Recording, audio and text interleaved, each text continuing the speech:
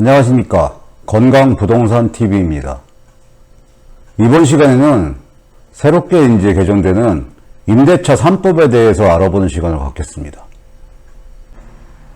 임대차 3법 중에 이제 계약갱신 청구권과 전월세 상한제를 담은 주택임대차보호법이 국회 법제사법위원회를 이제 통과를 했어요. 그 내용에 대해서 한번 살펴보겠습니다. 먼저 이제 전월세 이제 신고제인데, 계약 후에 이제 30일 이내에 계약 내용을 이제 신고하라는 내용이에요. 이 신고 내용은 이제 보증금, 임대료, 임대기간, 그런 내용이고, 신고 의무는 이제 임대인과 임차인이 신고를 해야 됩니다. 이 신고 의무에서 이제 공인중개사는 제외됐습니다. 다음에가 이제 전월세 상한제인데, 계약 갱신하는 경우에 임대료 상승폭을 이제 5% 이내로 이제 제한하는 내용이에요. 지방자치단체가 이제 5% 이내에서 상한을 결정하는 경우 그에 따라야 된다. 그런 내용입니다. 그리고 이 부분이 이제 가장 예민한 부분인데, 계약 갱신 이제 청구권제입니다. 2년 플러스 2년 보장안인데, 기존 세입자가 2년 계약이 끝나면 추가로 이제 2년을 더 연장할 수 있게 이 보장을 해주는 거죠.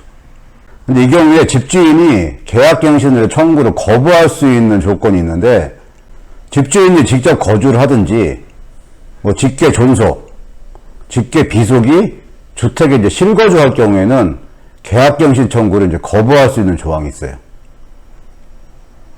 그러니까 아버님, 어머님이나 할아버지, 손자 같은 경우가 실거주할 경우에는 계약갱신을 이제 거부할 수 있다는 얘기죠. 근데 이번 갱신안을 보면 가장 앞으로 이제 문제가 될 게, 지금 집주인이 아파트를 이제 팔아야 되는 경우예요. 어쨌든 이 아파트는 집주인의 이제 재산권인데, 요즘 실물 경기가 지금 안 좋은 상황에서 사업이 잘 안 돼가지고 이 아파트를 팔아야 될 경우도 있고, 자영업자 같은 경우 장사가 안 돼서 팔아야 될 경우도 있고, 집안에 환자가 생겨서 목돈이 필요해서 팔아야 되는 경우도 있고, 여러 가지 재산권을 이제 처분해야 될 경우가 있는데, 이런 부분에 대한 내용이 안 들어갔어요.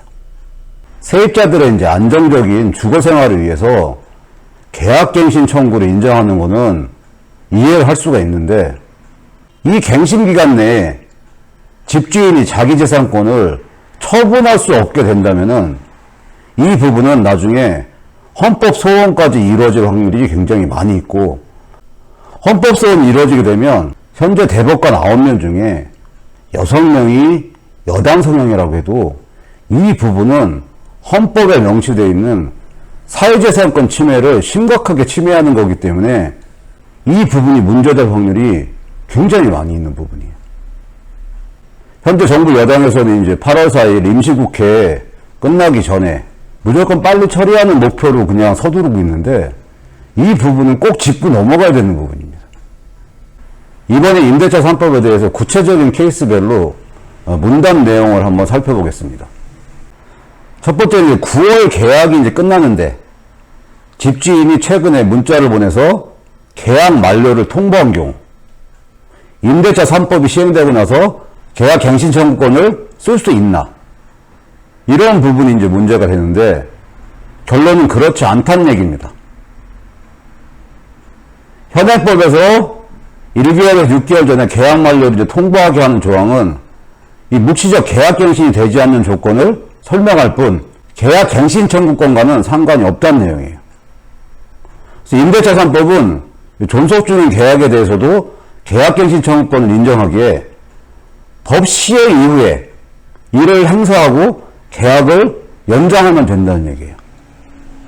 그런데 다만 이제 계약 만료 1개월 전까지는 행사를 해야 되기 때문에 법 시행 이후 만기까지 1개월이 남지 않았다면 시행하기 곤란할 수 있다. 이 내용이죠. 그렇기 때문에 현재 이제 임대인이나 임차인 중에 가장 중요한 부분이 법 시행이 언제 되느냐예요. 만약에 법 시행이 8월 10일 날 된다. 그런 경우에는 이 세입자 입장에서는 내가 계약 만료일이 9월 15일이다.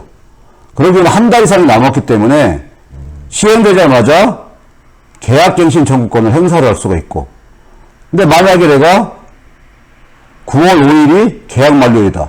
그럼 한 달이 안 넘었기 때문에 계약갱신 청구권을 행사할 수 없는 경우입니다.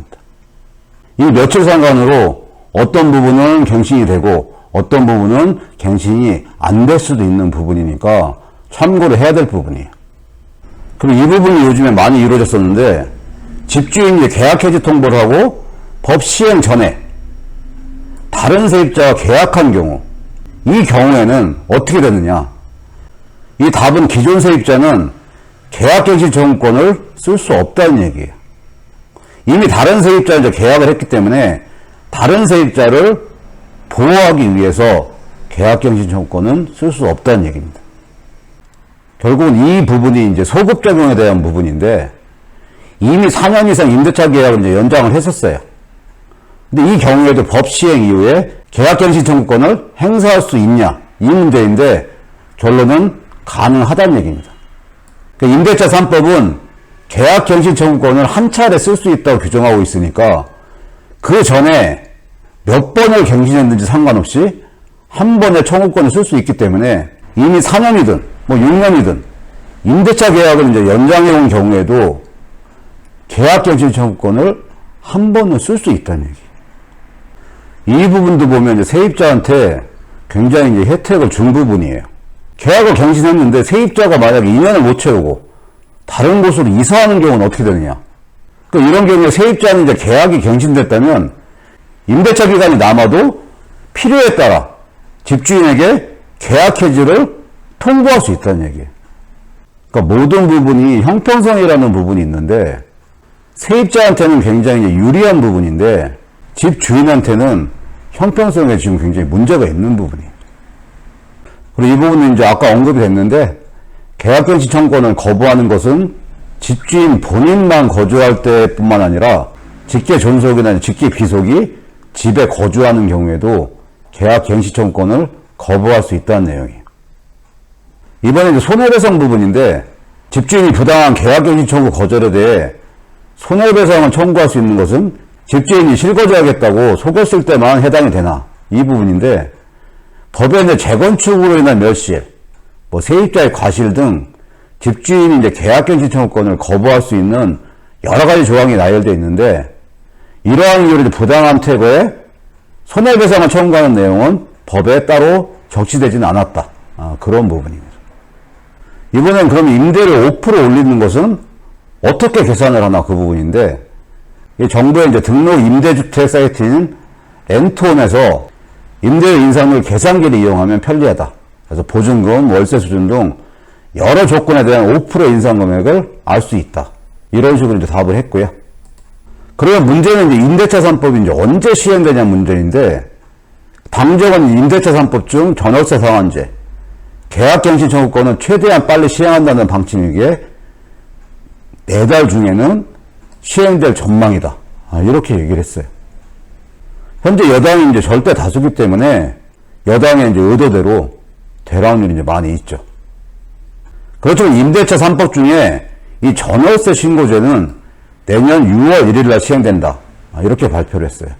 이게 시스템 구축 문제도 있고 몇 가지 문제 때문에 내년 6월 1일에 시행된다는 얘기인데 어쨌든 전월세 신고제는 계약 1개월 내에 신고하는 내용으로 세입자는 전입신고를 하는 것으로 신고를 가름할 수 있게 하겠다. 이런 내용들을 이제 발표를 했어요. 어쨌든 간에 이제 임대차 3법은 조만간에 이제 시행이 됩니다. 이 법이 시행되면 기존의 이제 전세 세입자들한테는 안정적인 주거 생활에 도움될 수 있는 부분은 분명히 있어요. 그렇지만 형평성 문제는 분명히 대두가 될 겁니다. 특히 제가 언급한 부분인 집주인이 이 아파트를 꼭 팔아야 되는 경우, 그 부분에 대해서는 진짜 구체적으로 언급이 돼야지, 그렇지 않으면 추후에 분명히 문제가 될 부분입니다. 오늘 준비한 내용은 여기까지고요. 앞으로도 좋은 내용 알려드리기 위해서 열심히 노력하겠습니다.